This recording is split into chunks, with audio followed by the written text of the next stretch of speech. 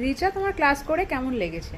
খুবই ভালো লেগেছে এবং দাদা এবং দিদি খুবই ভালো, আমাদের খুব ভালো করে হাত ধরে ধরে শিখিয়েছেন। এবং আমরাও চাইবো যারা আসছো আগামী ব্যাচে তারা কিন্তু শীঘ্রই বুক করে নাও।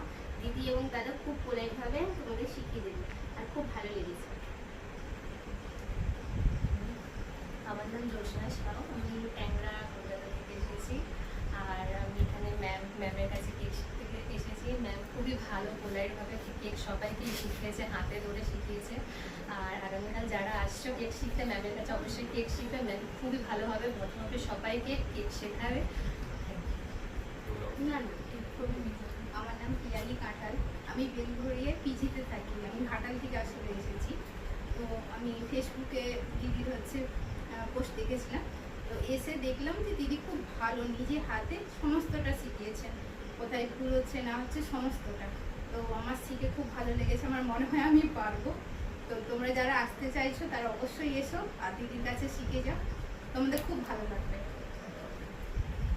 আমার নাম পাপিয়া পাটেল, আমি বেলঘরিয়া থেকে এসেছি। এখানে ম্যামের ক্লাস খুবই সুন্দর।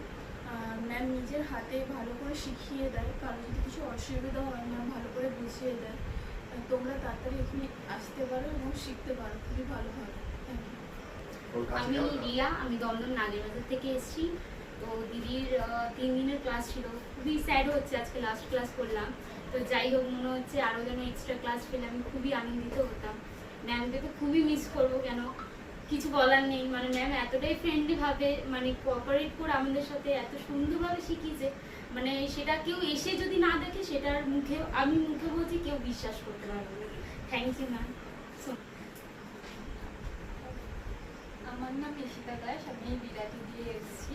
আমি যখন প্রথমে 3 দিনের ক্লাস দেখলাম তখন আমি ভাবছিলাম যে 3 দিনে শিখতে পারবো কি পারবো না, কিন্তু এসে আমি এখন মোটামুটি পুরোভাবেই কেকটা শিখে গেছি।